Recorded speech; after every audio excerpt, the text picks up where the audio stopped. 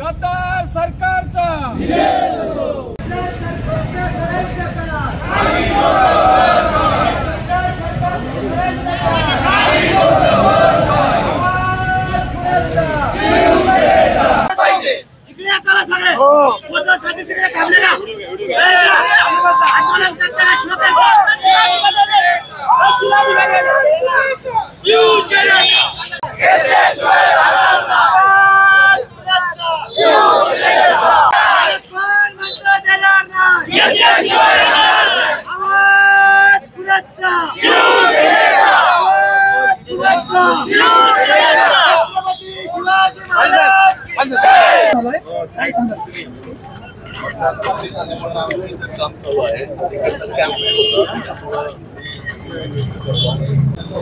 दूध दरवाढीसाठी राज्यात सर्वत्र आंदोलन सुरू आहेत। त्याचाच भाग म्हणून पुणे जिल्ह्याच्या मंचर या ठिकाणी शिवसेना उद्धव बाळासाहेब ठाकरे गटाच्या वतीने या ठिकाणी दूध दरवाढीसाठी आंदोलन करण्यात आलं आहे। आपल्या सोबत आहेत शिवसेना उभाटा गटाचे जिल्हा प्रमुख सुरेश भोर। सुरेश भाऊ, काय सांगाल, दूध दरवाढीसाठी आपण आज आंदोलन केलंय? शासनाने जी दूध दरवाढ केलेली आहे, कालच्या मंत्रिमंडळाच्या बैठकीमध्ये त्यांनी 5 रुपये वाढवले असं सांगितलं आणि 5 रुपये अनुदान देतो असं सांगितलं। ही सगळ्या फसव्या घोषणा आहेत। आदरणीय पक्षप्रमुख उद्धव साहेब ठाकरे मुख्यमंत्री असताना 38 ते 40 रुपये हा दुधाला भाव होता आणि तो 12 ते 15 रुपयांनी तो भाव उतरला आणि यांनी आता आयात शुल्क कमी करून 10,000 टन दुधाची पावडर बाहेरून आयात केली। त्यांचं धोरण कळत नाही। सरकार हे जे आहे ते उद्योगधार्जीनं आणि उद्योगांच्या हिताचे निर्णय घेणारं सरकार आहे। सर्वसामान्य शेतकऱ्यांचं त्यांना काही देणं घेणं नाही। उत्पादन खर्च दुधाचा हा 34 रुपये आहे, त्यामुळे दुधाला कमीत कमी 40 रुपये हमी भाव मिळावा अशी शिवसेना उद्धव बाळासाहेब ठाकरे शिवसेना पक्षाची आग्रही मागणी आहे। खरं तर दुधाला 40 रुपये बाजार भाव मिळावा अशी मागणी या ठिकाणी शिवसेना उद्धव बाळासाहेब ठाकरे गटाच्या वतीने करण्यात आली आहे। मौलवी साहेब, काय सांगाल, इथं तर तुम्ही फक्त दूध वाटून, मसाला दूध वाटून आंदोलन करणार होता, मात्र हे आंदोलन भडकलं आणि या ठिकाणी तुम्ही पुणे भीमाशंकर रस्त्याचं रस्ता रोको केलाय। शिवसैनिक प्रथमतः लोकशाही पद्धतीने आंदोलन करत होता।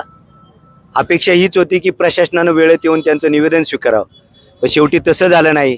मग आमच्यातला मूळ शिवसैनिक जागा झाला आणि प्रशासनाला वटणीवर आणण्यासाठी आम्ही तो निर्णय घेतला आणि तातडीनं रस्ता रोको केला। हे बघा, गेल्या 10 वर्षापासून या देशात, राज्यात शेतकऱ्याची जी वाईट अवस्था झालेली आहे, शेतकऱ्याच्या ताटात माती कलवण्याचं काम या सगळ्या भाजपच्या सरकारने आणि त्यांच्याबरोबर असणाऱ्या लोकांनी केले।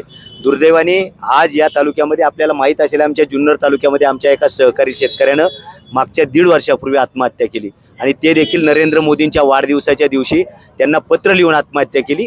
खरं तर हा पुणे जिल्हा, विशेषत्वानं जुन्नर आंबेगाव तालुका हा कृषीप्रधान आहे। शेतीवरती सगळी अर्थव्यवस्था आपली आहे आणि तिथं दुधाला बाजारभाव न मिळाल्यामुळं तुम्हाला पटणार नाही, आमचे 2 शेतकरी आहेत, रोजचं 300 लिटर दूध चाललंय। परवा त्यांनी सांगितलं की रोजचं माझं साधारणतः 2,000पेक्षा अधिकचं नुकसान होतंय।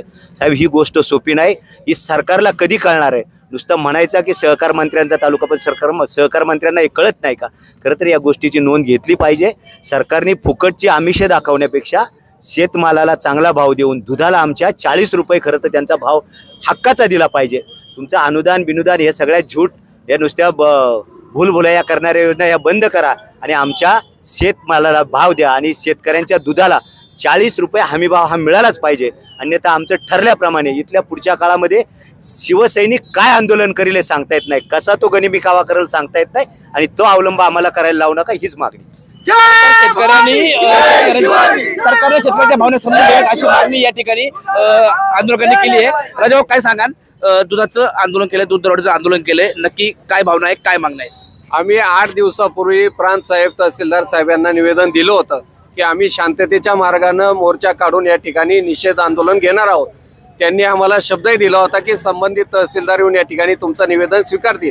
11ची वेळ दिली होती। आम्ही 11 पासून या ठिकाणी छत्रपती शिवाजी महाराज चौकात आंदोलन करत होतो।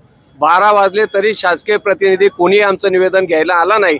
अतिशय शांततेच्या मार्गाने शिवसैनिक होते, परंतु जोपर्यंत शासकीय अधिकारी येत नाही तोपर्यंत आम्ही रस्त्यावर बसणार असा निर्णय शिवसैनिकांनी घेतला, म्हणून हा रस्ता रोको आंदोलन केलेलं आहे।